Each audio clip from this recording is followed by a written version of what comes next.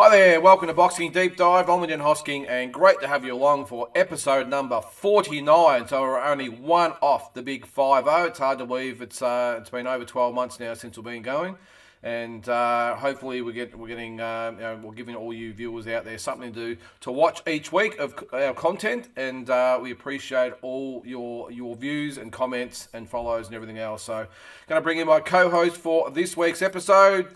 The man about town himself, Tazzy Brown. Hi, mate. Good, thanks, Lyndon, mate. Always good to be here, mate. And still getting over our trip, Lyndon. Still getting over the great time we had in Vegas, the great fighters we met, the great gyms we went to, the great people we met. Think about it every day. I wake up and still just adjusting to being back to normal life, mate. But what a trip, Lyndon. What a great experience. It was awesome, mate. Yep, and it's hard to believe. What are we home nearly a week and a half now? So the next trip will come around pretty quick. But just when we've sort of settled back into life after the trip's actually come to us, because today. You were the man on the ground for Noonan Boy Promotions / Ozboxing Central. Fight Hype as well. Fight Hype. And you actually met Devin Haney. Well, we'll jump straight into it anyway as we go. We'll get on to a few other bits and pieces as we go. But as we're talking about it, let's start now. Of course, Devin Haney has arrived in Australia ahead of his rematch with George Kambosos at the Rod Laver Arena, October 16th in Australia. As I said, Rod Laver Arena. Now, mate, You met him at the airport. Tell us all about it. I'll put some video on in a sec, but tell us how it all came about. So obviously now, as you know, Lyndon, since my trip to America, I'm pretty much going to be working in the boxing media side of things. So obviously with Fight Hype, which is the biggest boxing platform in the world in America, it's the only one that Floyd Mayweather really talks to.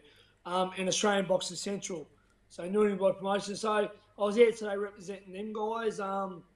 Devin Haney, we was only with him last week, me and you, Lyndon, in his gym, and he recognised me straight away. They come in pretty late, him and his dad Bill and the team.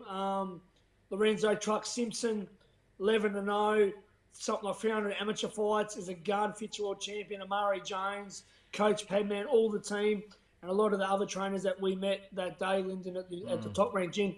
So, and they were in obviously a bit of hurry to get out, mate. But I've done a bit of an interview, just a couple of quick words, and I'll see them again when they get settled. And I'll probably go watch him train, and I'll probably go to dinner with Coach Padman and a few of the guys. But, mate, great to see him and great to sort of get into my role now, doing a bit of media, mate. As I said the other day, I'm working at the Kambosos Haney fight.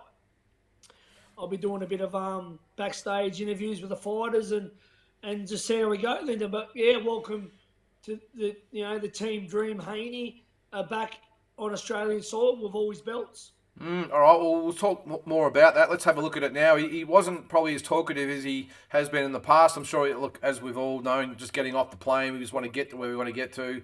Totally understandable, but this is what he had to say to yourself and whoever else was there. Devin, training camp went well so far? Did you bring any sparring partners over this time, or it's going to spar some local Australians? Devin, the last time you came out to Australia, you and your father both said that you would beat Kambosos, but also that you would win over Aussie fans. Do you expect a different environment and reception this time? More respect on your name, more appreciation for what you do in the ring this time from the Aussie fans? We got a lot of Aussie fans now. I'm happy to be back. I'm happy to see some of my fans. Good performance in October 16th. Just want to say, Devin, last time you were here, you've done some great work with the Indigenous kids. How special was that to be able to share that, especially on Fight Week? It really showed a lot about your character. Very special. I look to do something like that again. I think it's very motivating. Give me I'll cut off our apologies there. The sound's not overly great, so but just turn it up. But you could hear you guys all right. Who was the other guy that was there? Was that a journalist, was it? I want to give a shout out to Michael Kobe from Pound. Oh, I see him. Okay. Yep. Pound for Pound TV, Michael Kobe, Pound for Pound TV. He was there as well. He actually gave me a lift home. So thank you, Michael. He's a massive supporter of our show. and like he watched our journey in America, and he watches my quizzes with Peter. That haven't been on for a while.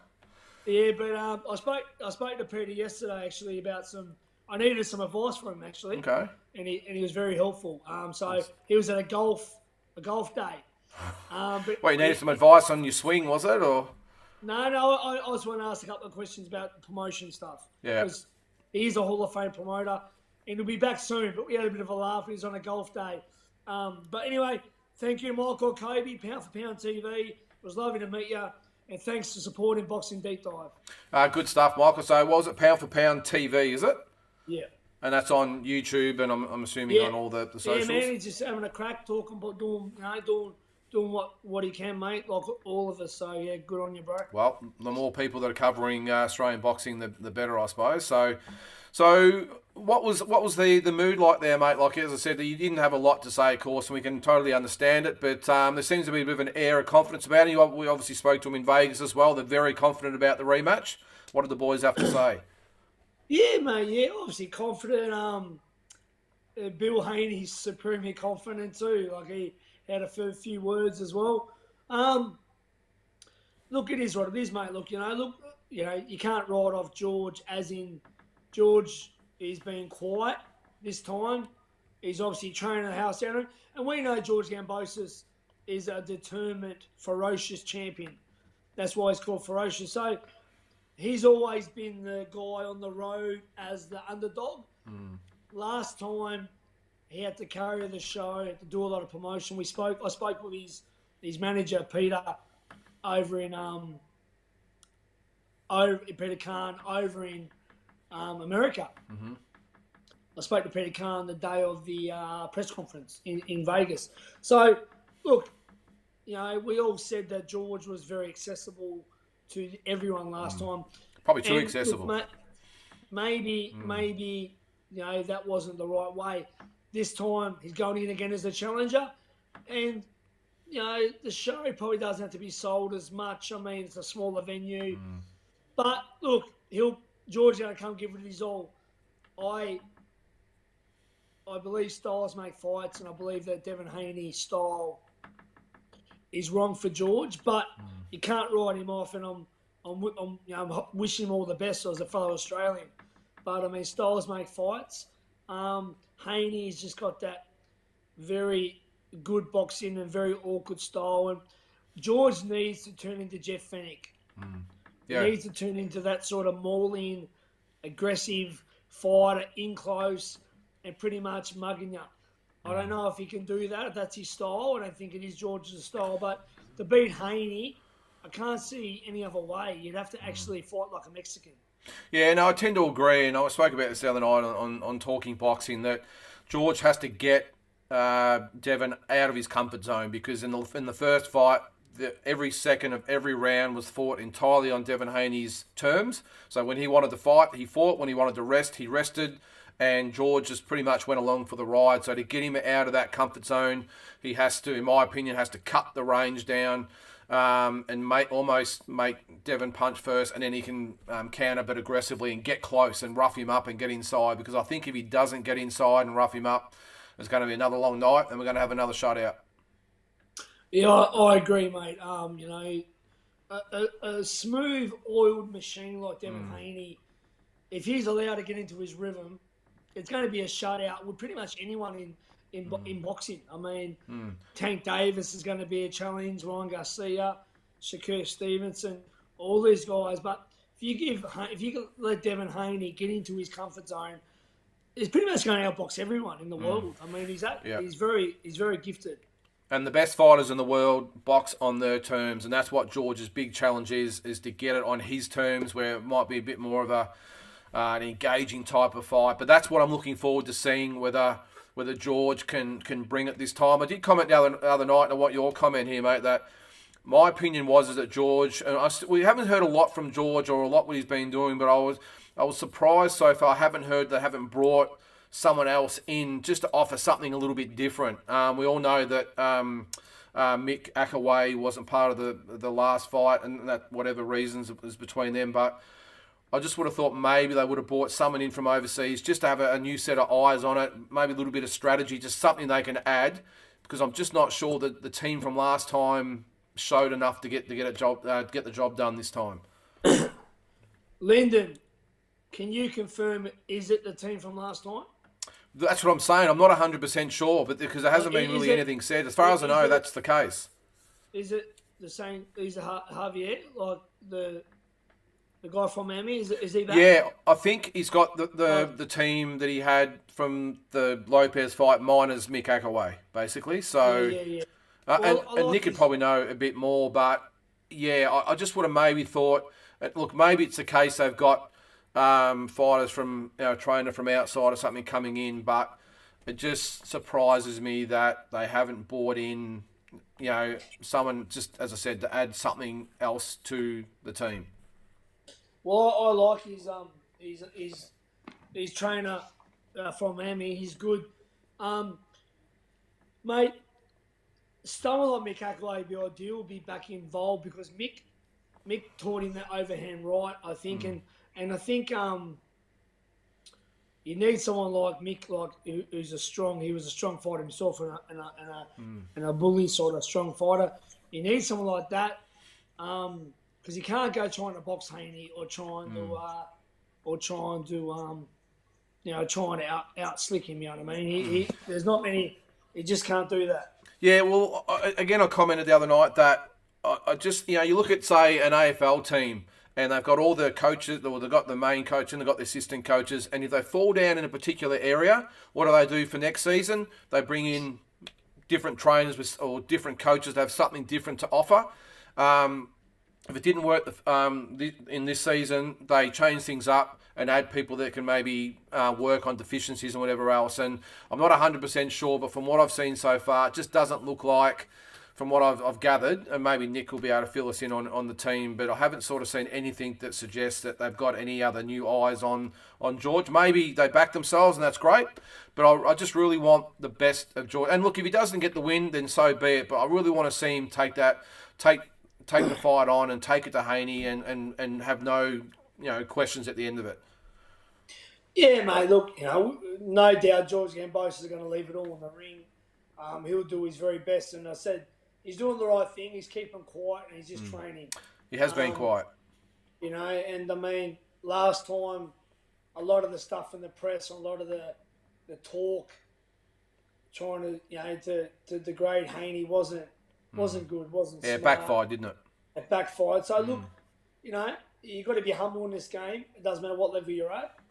And mate, look, it's going to be a good fight. It's great, and I'm very excited to see who I met today: Lorenzo Truck Simpson, Mary Jones, top class Americans on the card as well. So Dave Nikita, Jason Andrew Maloney, Susie Ramadan versus we'll Nick talk Johnson about that in a sec. Yep. For the world title. Yeah, so look, it's a big card, and yours truly will be there covering it, Lyndon. So sounds good. Yeah, well, look, I got no doubt that we'll see a better performance from George. I got no doubt that he will come and he'll bring it and give it his all. So I think that's one given. I would be staggered if Haney beats him as easily this time as he did last time. So we'll see what happens anyway. As you just said then, on the undercard, big world title fight has been announced, an all Aussie affair. It is Cherneka Johnson to defend her IBF Super Bantamweight title against Melbourne's own Susie Ramadan. That will be the main support I'm assuming it'll be the main support to the fight. And look, what a coup for the whole promotion to get not only two Aussies against each other, but two women that can fight. Mate, it's great, and I'm happy to be part of Team Jekka. As you know, I'll be in the corner of Susie. I respect Neeks. She's a great fighter as well, and a lovely person. But yeah, look, mate.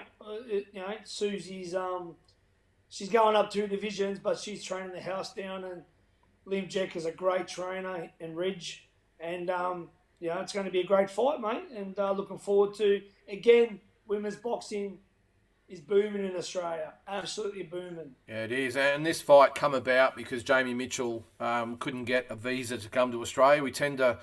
We're not very lenient on the overseas trainers, boxers, whatever it might be, that have got a bit of a history, of course. Of course, Devin Haney's father only just made it last time after being knocked back the first time. So Jamie Mitchell's out. So it just made sense to put these two together. Cherneka Johnson hasn't really got, as far as I know, a lot of options at the moment. Of course, her trainer, Sam Brunner, or ex-trainer, had some health issues. Susie Ramadan's been let down a few times with fights falling through and COVID and all the rest of it. So I just think it's a no-brainer for these girls to get it on, and I think it's going to be a ripper. Yeah, mate. I'll be looking forward to being ringside and having the best seat in the house. All right, well, let's have a look what the girls had to say. Firstly, Cherneka Johnson, who's had obviously a little bit of heartache in her life in the last few weeks, so surprised that this fight's actually gone ahead. She's obviously feels good enough to do it, which is great. And this is what she had to say at the press conference today. Train at the same gym a few years back. We did a bit of training together, but that doesn't matter. You know, it's time to fight, and I'm going to do just that. So you've sparred with each other, I'm guessing? We have, yes, previously in the past. Yeah. Look, when it comes to fighting, you can never predict or assume what somebody is going to come out like on fight night. It all can sort of change on the night. And I know what she fights like. She's a come forward, aggressive fighter, and I'll be ready for her. From here, we're going to leave it up to the team and see where they want me to go, hopefully overseas. But yeah, I'm excited for after this win. I'm so excited to be fighting on this card. Like, it's going to be a real time to showcase my skills, and got the whole world watching. To be on the undercard of Kambosos versus Haney, it's pretty amazing here in Australia. Yeah, so it is amazing, and yeah, I just think for Cherneka Johnson's obviously is a Kiwi via Queensland now, living in Victoria. So I think the Victorian crowd have adopted her a little bit, and of course Susie Ramadan, born and bred in Melbourne, of course trains with the great Lim Jekka. So I'm sure he'll put in and he knows a lot about Neeks as well. She's trained with Lim in the past as well. So they know a lot about each other. I know they've done a lot of rounds in the gym. So it'll be interesting to see what happens on fight night. The interesting thing I will say is that, Susie, I know in the past has said that she wasn't really keen to go past super flyweight, maybe up to bantamweight. Now she's going to super bantamweight. I can sort of understand at this time, of course, because it's for a world title, and you maybe don't go up if the risk is a lot more than the reward. But in this case, of course, it's a world title, so you can't blame her for taking that opportunity to go up. We'll just have a listen to what she had to say, and I'll let you comment. Yes, I mean, look, obviously I've won 5 world titles, 2 of the major ones, and in 3 different weight divisions. And, my goal obviously was to win another world title in the super flyweight division. And obviously the lockdown and COVID and all that happened, so I was out for 2.5 years. And recently I just got off my last fight to get me back into the super flyweight ratings. And that was obviously to, fight for a world title in that division. But this opportunity came along, and, I couldn't turn it down. So, fighting for a world title in my hometown on a big major platform, that's, it's definitely exciting. Look, I mean, obviously she's got the weight advantage, and, she's been around. I think she's had a lot of amateur fights, so like I said, we know each other well in terms of we've sparred before, and she's doing really well. And look, women's boxing is really booming now, and there's so many girls out there, and it's great to see so many more in Australia as well, so getting into it. And, they're all learning the skills of boxing, which is great to see. So I know you've obviously got the gym's hat on there, but looking at the fight, who do you think wins and why? I know you've got to say Susie, but what does Neeks have to do to get the win? It put me on the spot, Lyndon. Yeah. Well, what I will say, rather than do that, what has each girl got to do to win? No. Mate, I'm happy to say. Look, I'm backing Susie all the way. I mean, I watched the spar today. Lim's a great trainer. She's training the house down at the moment, mate. And look, no disrespect to Neeks. That was a tough fight against a Mexican. Change in train. I don't even know who a trainer is. I can't even tell you. No, I don't either. So a change in trainer. Susie's coming off a fight a few weeks ago. there's nothing like being an active fighter. So next is bigger, but Susie's speed and combinations and good footwork, mate. I predict Susie on a split decision. Yeah, I tend to agree. I know. Cherneka's got the youth and that on her side, but Susie's got the experience, and I just think she's got the work rate to sort of out hustle Cherneka. The only thing, of course, is the weight difference, I suppose, and maybe there's a little bit of youth. But yeah, it'll be an interesting fight and should be a good one. In addition, of course, to the Maloney boys are both on the card. And I know there'll be obviously fights that have, I'm not sure there's been many added, or there'll obviously be other fights, but I'm not quite sure who else is on the card yet. They haven't really released it yet, so we know. Well, I know the two Americans are. Okay, yep. Lorenzo Simpson and Amari Jones. Okay, yep. I know David Nikita is. All right, so that'll make it, what's that, 1, 2, 3, that's 4, 5, that's 6 undercard fights, so that might do it. I wouldn't be surprised if there's a couple more. Yeah, you're probably right, actually. I think last time they had a few that were before and after, Let me say something too, Lyndon. I mean, size in boxing is obviously important in weight divisions, but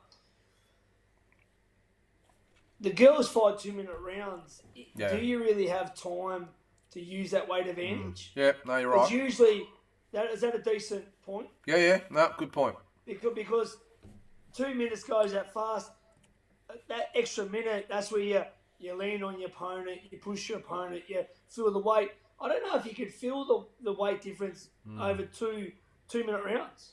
Yeah, no, it's a good point. And also, as I said, like with the work rate and the maybe the youth and all the rest of it, that probably gets negated a little bit too with the 2-minute rounds, because it's really just that 2 minutes. Unlike the males, that last minute, the third minute can really sort things out as far as the fight goes on. The girls are just 2 minutes and they get a minute's break, so maybe that negates that as well. But either way, should be a ripper fight and a really good addition to the card. So if you're up in the air about going, I mean, the Maloneys and obviously the main event should be incentive enough, but to have this fight as well is a real good addition, especially for the Melbourne fight fans. And these two girls have got big following, so I'm sure it'll be a ripper on I was just going to say the night, but it's the morning.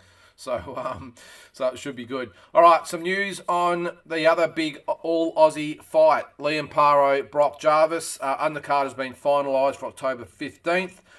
Dempsey McKean, 21-0, will fight Patrick Corte, 18-1-1 for the IBF Intercontinental Heavyweight title. Mateo Tapia, 14-0, will fight Abdullah Mayweather, 7-0 for the WBA Oceania Super Middleweight title. Sky Nicholson, 4-0, will fight Christina Jacobs, 6-3 for the Commonwealth Featherweight title, so that's a good one as well. Rocky Ogden, 2-0, will fight Ben Cameron Hands, 3-0 for the Australian Super Featherweight title. They're all 10-round fights. Dylan Biggs, 6-0, will fight Mirko Pizzi, 4-2 for the Australasian Super Welterweight title. That's over 8 rounds. And Jalen Tate, 9-0, will fight Reese Evans, who says is making his debut. I don't know how that would be the case for the Australasian lightweight title. So I'd be staggered if they let a guy or anyone, guy or girl, fight for an Australasian title in the first fight. So I'm assuming that might be a mistake. Who's the two names in that one? Jalen Tate and Reese Evans. Yeah, I don't know. So I don't know. I've tried the box rec Reese Evans and I can't find anything on him. Saying he's making his debut, which I would assume can't be right. I know we had the case, was it last month, with Beck Hawker fighting her opponent. They had her on box rec as making her debut. She'd actually had 8 or 9 fights, I think. So anyway, whatever it is, should be a big one. Now, 5 10-rounders and 2 8-rounders on that card, so that's a big night. So that's on October the 15th on DAZN. So good excuse to get that on. And of course, the following day we have Cambosis Haney too. So a massive weekend of boxing. There's some other shows all over the country. I know there's one at the Pavilion the night before. There might be one. I reckon Wildfighter might have one on at the St Kilda Town Hall as well. What? I think Wildfighter's got 2 shows. 3 back to back. They've got 3. They're in. I think he's got one at his gym, and then there's one at St Kilda, and then there's one at Bairnsdale, and we'll cover those obviously leading up to them as well. Hey, good on Will Thompson. He's he's thinking out of the box. He's not really been in mainstream Melbourne. He's going regional, and he's obviously getting it done. I mean, I remember a while ago when there was sort of a shortage of fighters, but I mean, I take my hat off to him. Promoting is a tough game. He's an ex-fighter, and he's getting it done, mate. So, well done, Will Thompson, loyal fighter, because anyone in this game does what we do, and what you've done, Lyndon, and what I currently still do, is promote. It's not bloody easy. No, it's tough, and especially to do 3 shows basically, I think, in 3 or 4 weeks. It's a good effort. So, no, good on him. And as I said, his is on the St Kilda Town Hall, and I think there might be one at the Pavilion as well on the night before, and of course this in Queensland. So a massive weekend for boxing, and as boxing fans, you got to love it. One last thing on the Aussie news, just a quick one. I want to run this by you. Now, of course, we've all been over the Ebony Bridges, Shannon O'Connell news, I suppose, over the last few weeks, and we're still waiting on an official date. It was a good interview. Good interview by Tassie. Great interview. And I did see today on one of the Instagram accounts, the Australian boxing, Aussie boxing and stuff. There's some leaked text messages from Ebony. I'm not sure how he got them, but they're on there. Some pretty choice words to say about Shannon, but a few other people. So check it out. We won't get into that here. If you want to see more into it, they're on full display on the Instagram account. What I want to put to you, Tassie, this is a bit of a conspiracy theory of mine. Now, just looking at, this is obviously going to be in England. We all sort of know that. Been looking at the cards that Matchroom got around the time. I know we spoke about mid-November to late November, but there is a card on December 10th in Leeds. Now, it's Josh Warrington, Luis Alberto Lopez are fighting. Now, Leeds is Ebony's adopted hometown. Again, I don't know anything. I haven't heard anything I wouldn't hear from Ebony, of course, but from Shannon. But could this be, a great platform for the girls to fight the main support? What date? December 10th. So it makes sense. In Leeds, Ebony's adopted hometown. I reckon you fucking nailed it on the head. I was just looking through BoxRec and I thought that just makes sense. I know they were talking about late November.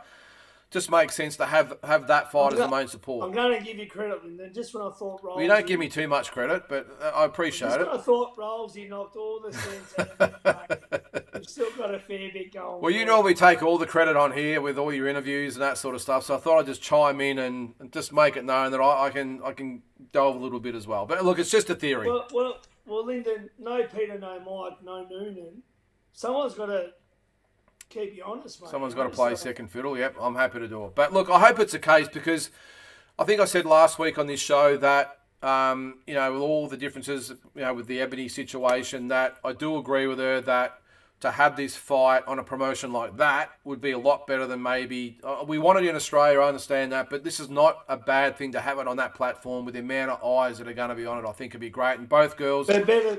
Better than being on a couple of rugby players undercard? Or? Yeah, I'm 100%. Yep. They probably get, 20,000, 30,000 to the Josh Warrington fight. So, and look, the more eyeballs on it, the better. We can all watch, even though it's going to be early morning on probably a Sunday morning here, whatever it might be. Look, that's probably the one benefit. And both girls are going to make some really good coin out of it, which is the main thing. They're professional fighters after all, and sometimes you've got to put away the fans' perspective and give the girls the chance to earn some dollars. Yeah, I hope it is on the Warrington card. That'd be great. Yeah, it would be. All right, let's get on to the world scene. Now, last weekend, of course, we had the big fight. Joyce knocked out Joseph Parker in 11 rounds. Win. Sorry, mate? I didn't tip him by knockout, but I tipped him the win. On points. I think you did too, yeah. Yeah, so he won the interim. But he's a tough boy, mate. Very tough. Interim WBO title. Now, the thing I like about him is that, and look, Joseph Parker turned up the fight. There was no doubt about that. But I like the fact that Joyce, he's got the size, he's got the stamina, he's got the power. He can be a real threat to the big boys if they give him an opportunity. Mate, yeah, well, he's a silver medalist at the Olympics. He's big, he's tough, and obviously he can punch. I mean, I was impressed when he knocked out Daniel Dubois, because Dubois was killing everyone. He was the one they were talking about, Daniel Dubois. Yeah. So since then, he's beat him. He's beat some other good fighters, mate. He's a player. Mate. He's there. He's there, 100%. Yeah, well, he moved to 15-0. Joseph Parker dropped to 30-3. You just sort of wonder where Joseph Parker goes. We obviously know where Joyce is going to go. He's going to just go up from here because I can't see anyone except those really top guys beating him. Joseph Parker, look, yeah, he should be proud of himself too. He fought a really good fight. He was game. He was tough. He didn't give in. He just ran out of gas and got dropped in the 11th. But yeah, it's an interesting one. We'll get on to the Tyson Fury and Anthony Joshua and Usyk affair soon. But yeah, Joe Joyce has got some big fights in front of him. Mate, yeah, and I actually quite like him. You know, it's another English heavyweight boxing. How good is it? Yeah, yep, all the big fights there. Still, you've only got Wilder, the only real good American, or probably always. But I mean, Joe Joyce, Dylan White, Fury, Joshua, AJ, Fury, and even what's his name's still a bit of a gatekeeper. Old Chisora. Chisora, yeah. Yeah, so good fight that was. I was on early on Sunday morning, whatever it was. But yeah, really good fight. As I said, Joseph Parker should be proud of himself well, and not sure he's got many big fights left in him. He took a lot of punishment, but hopefully, he can still get a few more, good paydays before he exits the sport. So another one that we're pretty high on, mate, especially you, is this young man, Shakur Stevenson. Won a 12-round decision over Robson Conceição. Olympic gold medalist he was. We talked last week that he missed weight on the scales. He's 1.6 over. Didn't try and lose the weight. He won 117, 109 times 2 and 118, 108. But won't say it was his best performance, but still did the job. Yeah. Look, probably wasn't his best performance. He got hit a fair bit at times with the right hand and done a lot of low blows too. So look, my thoughts on this guy. I still think he's the heir apparent. I still think he's the the future lightweight champion and the future pound for pound king. But look, mate, Concepio really, they reckon, beat Valdez. So a good opponent. And I like to see Shakur stick to his boxing a bit more, not try to be overly aggressive. I feel like he's got all the boxing skills in the world. I feel like lately he's trying to be more of a walk him down fighter and hit him, with power shots. And I don't want him to neglect his boxing skills, because I tell you now, if Shakur wants to box you, he'll win a shutout and just it might be boring, but he'll just shut you out. I hope he's not trying to be more exciting for the fans, and because he's such a beautiful boxer. So, but the low blows, there were a lot, and look, he'll learn from. He's still young, but as I said, Linda, I like to see him stick more to the boxing. I feel lately he's trying to be a bit more of a banger. Yeah. Well, it's one thing that Floyd really, especially as he went up in weight, never fell into that trap of what the fans wanted, about wanting to engage more and get the knockouts. He just did exactly what he had to do without taking punishment. So I'm with you. I hope Shakur doesn't sort of get tied into that whole, I've got to start knocking people out, because at the end of the day, you just got to keep winning and the rest will take care of itself.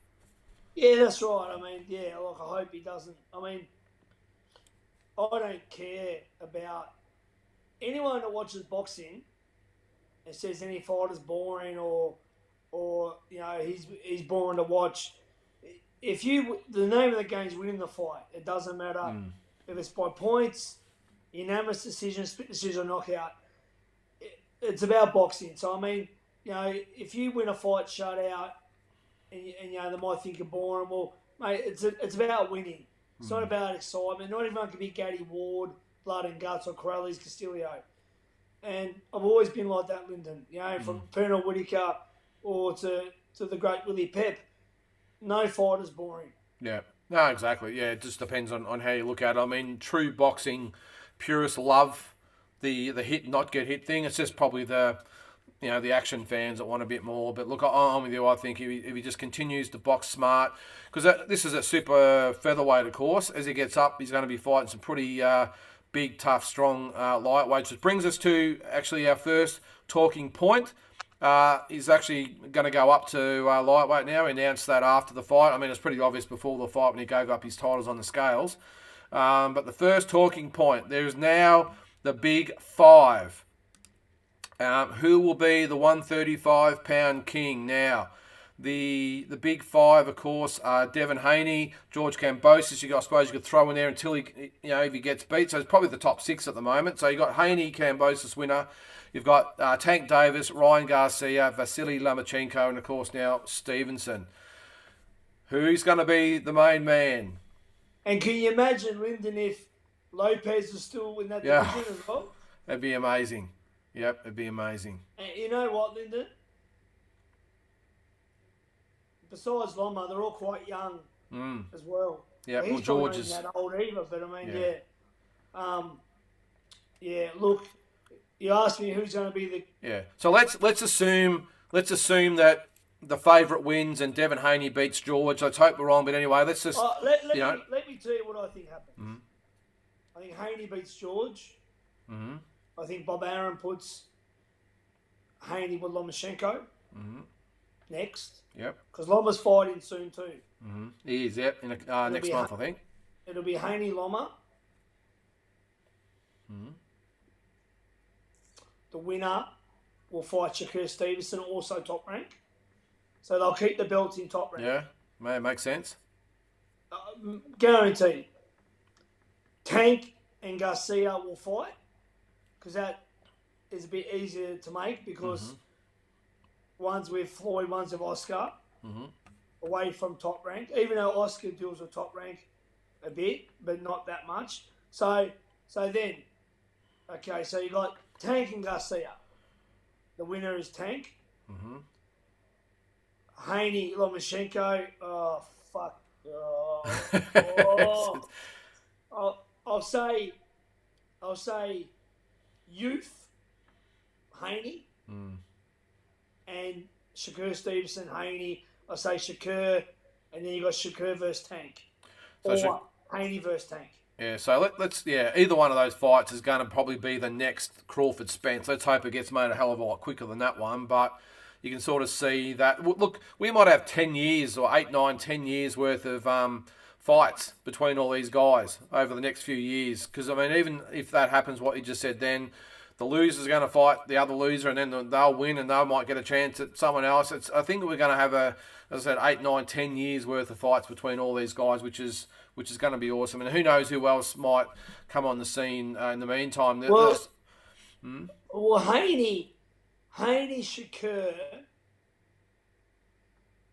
Ryan and Tank are all real young. Early Tank's 20s. Tank's a little bit older, but he's still young in boxing terms. Ryan and Haney and Shakur are babies. Mate, there's so much future for them guys still. So it's the lightweight division. I mean, even though some will probably move up to 140, the lightweight division at the moment is fucking cooking. It's smoking. Yep. And throw the spanner in the works, could be George Kambosos. If he beats Haney, as unlikely as it might seem, what does that do? That just throws everything on its head. 100%. All right, let's get on to the other major story this week. I was contemplating not even putting it in there. It is our old mates, Tyson Fury, Anthony Joshua. There was hope, now there's not hope, but there might be more hope according to some sources. They stall for a December 3 fight now. The backstory of this is Tyson Fury, of course, Anthony Joshua's coming off a loss to Usyk only a few weeks back. Tyson Fury's put it out there, said, right, December 3, are you in or you're out? He gave them 10 days, I think, sent them the contracts. This is what he actually had to say first. Let's just see what both boys had to say before we comment. This is Fury. We're moving on. And it won't be Tuesday, it won't be Wednesday, and it won't definitely be the following week. This is it, now or never. Don't get scared now. Do you think AJ actually wants to fight? Is this just... I don't care what he wants, to be honest. I'm giving the man a bone. I'm chucking the dog a bone here. I've invited him to a massive banquet. All he has to do is turn up and enjoy my party. That's it. But regardless of that, you will be fighting on December the 3rd. 100%. So he's fighting December 3rd no matter what. So they've sent the contracts to Eddie and the team at Matchroom. They did ask Anthony Joshua's opinion in the interim, and this is what he had to say. Ain't in my hands with a legal team. That's why you hire lawyers. If you know the history of boxing, make sure you get your legal terms right. That's why you got good management and good lawyers to make sure you get your business. You know, it's how you handled your business while you was in the game. So of course I'm going to sign a contract. That's just with some lawyers at the minute.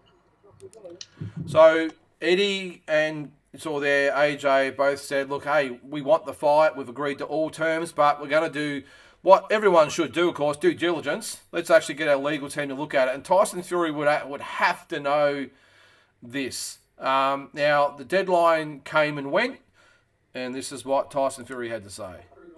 It's gone past 5 o'clock Monday. No contract has been signed. It's officially over for Joshua. He's now out in the cold with the wolf pack. Forget about it. Idiot. Coward. House. Bodybuilder. Always knew it. Always knew he didn't have the minerals to fight the Gypsy King. Regardless of what the you say now, I don't really care. Good luck with your career and your life. End of. Peace out.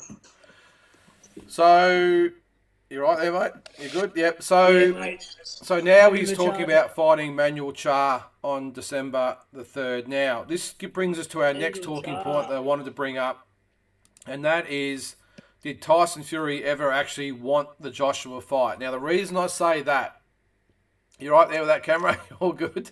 It's all good.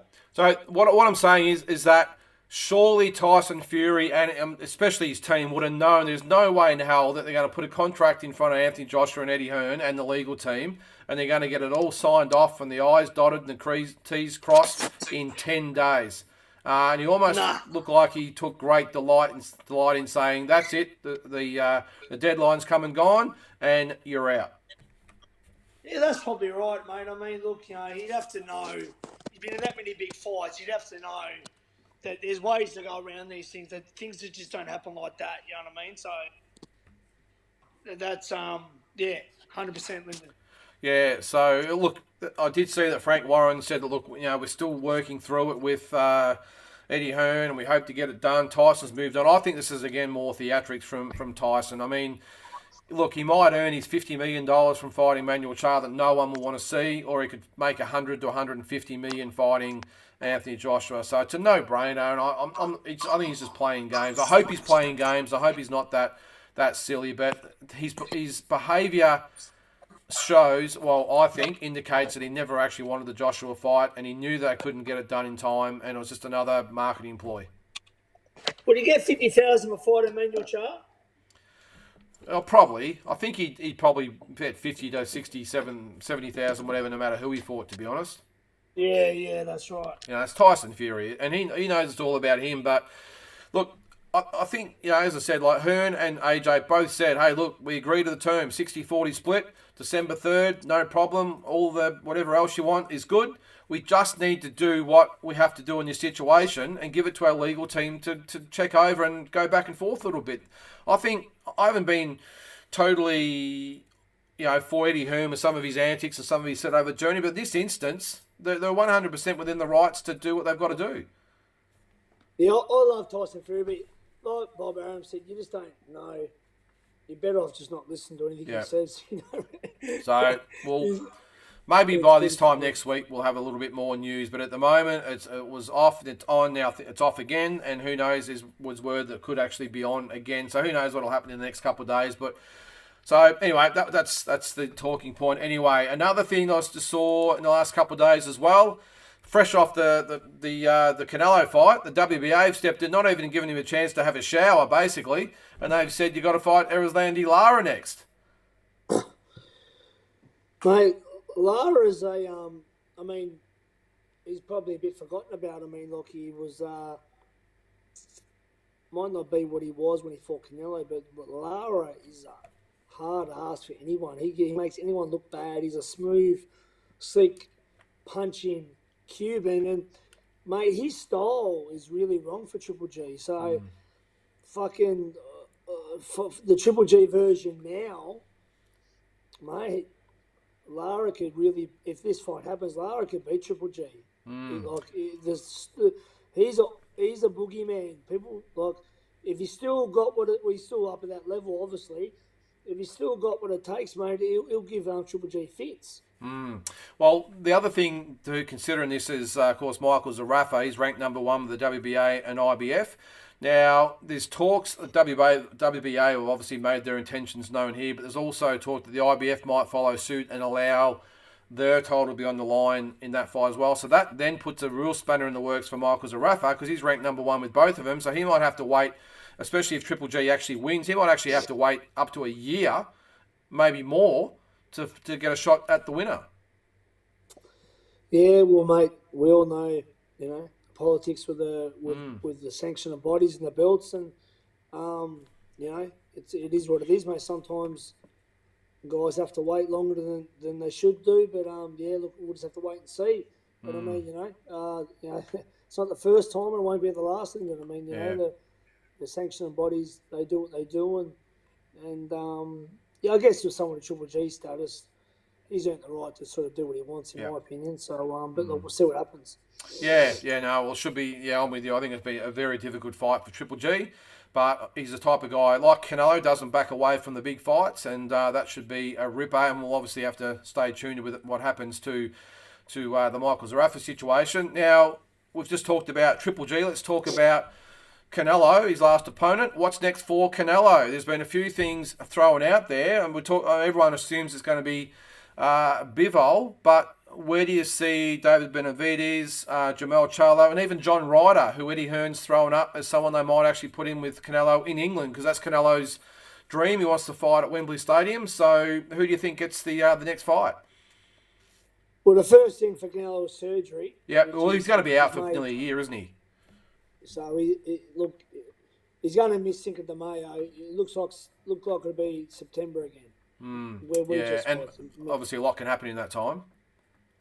Yeah, so look, I mean, I don't think it'll be Benavidez. I don't think it'll be Charlo. The winner, if Bivol beats Ramirez, it could be Bivol. If Ramirez wins, it probably won't be Ramirez. I'm not saying he's ducking anyone, but I'm just saying it probably just won't play it that way. And Ryder in England. That makes sense, that maybe. fight. It makes sense.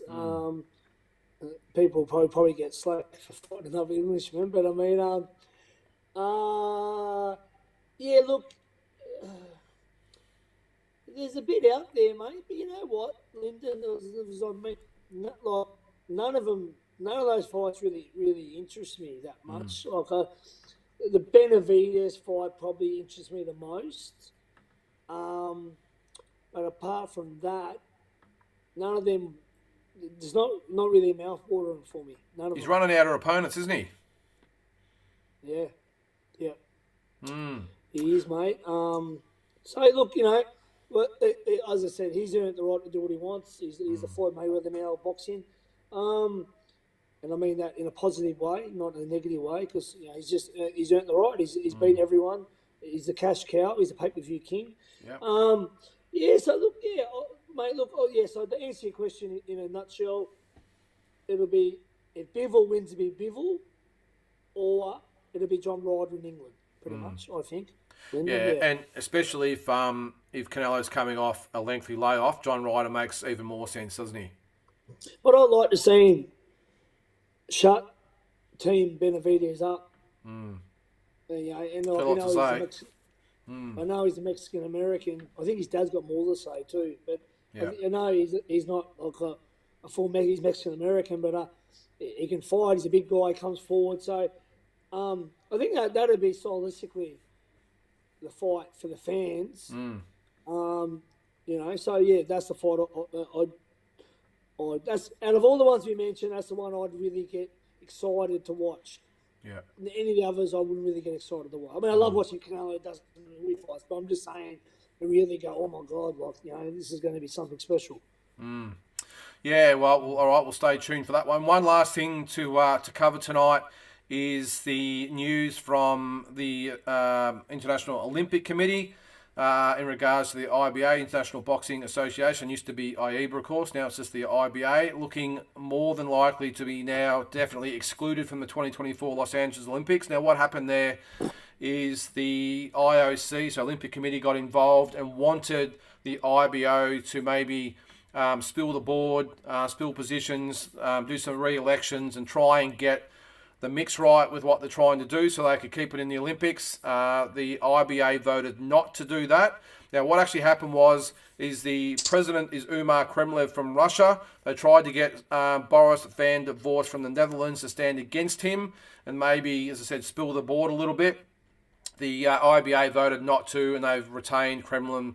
Obviously, it might be political there as well. Kremlev from Russia to stay with as the president of the IBA. The IOC have not reacted well, and as I said, now looks more than likely that it's going to be excluded, which is just an absolute tragedy for all those young boxers out there.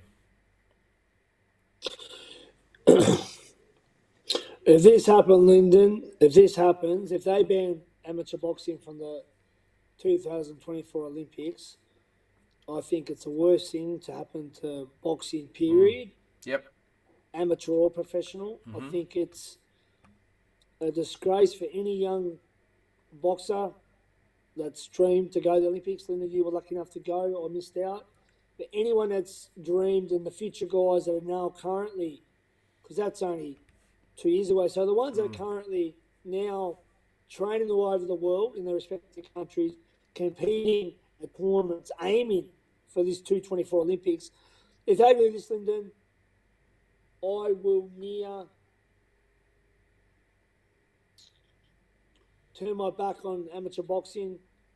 I will not watch an Olympic Games again. I will not, quote me now, Lyndon, the whole of the world, whoever's watching us on Boxing Deep Dive, hopefully we get more followers than what we have.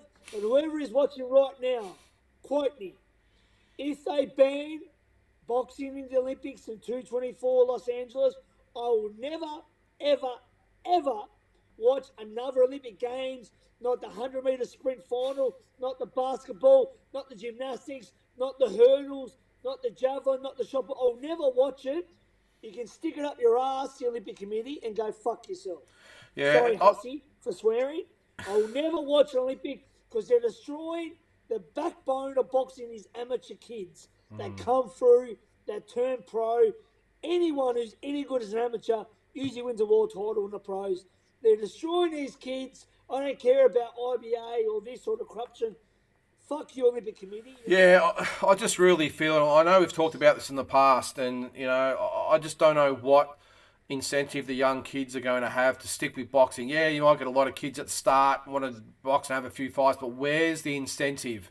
Not everyone wants to turn pro and be world champion. I mean, I was probably one of them as my time went on, that I just wanted to represent Australia at the Olympic Games. And if that carrot wasn't there, I reckon I would have been lost to it, and which I'm sure there would be, many others in the same boat. And well, amateur boxing, I know you could probably say in Australia would die a very slow, well, not even a slow death, a very quick death, I think. I think the whole heart would just be ripped out of it, and that's just Australia. Imagine what it'd be like in the countries that this is a major sport for them. And you're going to have guys turn pro that aren't ready because they've got no goal in the amateurs, so you can't just turn pro. Yeah. I mean, you've got to be, you've got to have some, usually you've got to have a good background in amateur. Look, it's just, I can't believe it's come to this, Lyndon. I can't not believe it's come to this. I mean, I dreamt after my first fight in 1992 of representing the Australian Olympics. I wasn't fortunate enough to do it. You was, Justin Crawford, Luke Jackson, Daniel Gill, not just naming Tasmanians here, but I mean, a lot of people. I mean, there's so many great fighters that, it's just wrong, Lyndon. It's wrong. It's so wrong. And I told you I'll stick to it. Sorry for my language, but I don't care. I'm the controversial one. I won't watch Olympics again. The Olympics can just go and get stuff, because the people that run these things anyway, usually a bunch of old weirdos. So they're all. I think they've only got themselves to blame. I don't blame the IOC, to be honest. I think they've just had enough of the IBA or AIBA, whatever it used to be, over the years of putting up the corruption and everything else that goes on it. And I don't blame the IOC for saying enough is enough. I'm just disappointed that. Yeah, but ban it though. Like, I mean. Well, the last Olympics, the IOC actually run it themselves. IBA didn't, or IBA didn't run it, so I'm not sure why they can't do it ongoing. But as I said, I'm not surprised that the Olympic Committee have had enough of the IBA and just said get out, because there's so much corruption and that goes on in that association, and obviously there's a lot of money to be made and a lot of who knows what goes on behind the closed doors. But there shouldn't be money to be made because it's an amateur sport. But I mean, look, at the end of the day, as I said, this will be the worst thing to happen to boxing. I agree. It'll stop the grassroots, and it'll stop the production of champions. It'll affect the pros too. Yeah, they'll start going to other sports like. I just think it's a disgrace. I'm really upset. It's a tragedy. It really is. It's a real tragedy. And I wish the IOC would go to a tournament and just see how much we obviously see it all the time in Australia, but even in the States, when we were at the Box Expo and they had the amateur show. I mean, how good was that? All those young kids just going for it. It was awesome. Oh, mate, 100%, man. And I mean, there was a few future champions at that tournament. You know what I mean? And the fact that there's going to be nothing for there. Let's hope. We've still got a little while to go. I've said 2024. It's actually 2028. So apologies for that. It's 2028. So, but yeah. So when's the next Olympics then? Where's that at? That's a good question. Actually, I should know that, shouldn't I? It is. Where were we? We're just in Tokyo. Good question. I feel silly. I know now. But anyway, let's change the subject because I don't know. Actually, while I'm doing, let's have a quick look. Where is it? 2024. Is it France? Actually, it might be. Hang on. I'll just quickly. 2024 Olympics? I think it's France. Let's have a look. They are. Who will host the 2024? Paris. There you go. You got it. Paris. Yeah. So if Peter was there, I would have beat Peter as well. Yep, exactly. All right, mate. Well, that does it for episode number 49. We've got the big 5-0 next week. Might see if we can get maybe Nick or Pete on next week to give a bit of an update on what they've been up to. Nick's especially. So our 50th. Our 50th next week. So we might see what we can do for it. But I think we'll definitely get Nick on. I really want an update on what's happening with Cambosis or from their camp. We haven't heard much from them, and I know it's obviously deliberate, but let's see what we've got. And you'll obviously... Sorry? It's going to be... If anyone's going to know, it'll be Pistol Pete, mate. Nuna Boy's pretty tuned into the Cambosis team as well. He is. So, actually, they both are, and you'll obviously be stalking Haney down there, so make sure you get some footage and some words. But won't be no stalking, mate. I'll just be there, just doing what I do. Well, you're one of the team now, aren't you? I forgot about that. If they want to buy me pancakes, then they'll buy me pancakes. Well, whatever happens, keep us up to date, mate. So next week, episode 50. So we'll see what we can round up. But mate, thanks for coming on, and look forward to episode 50 next week.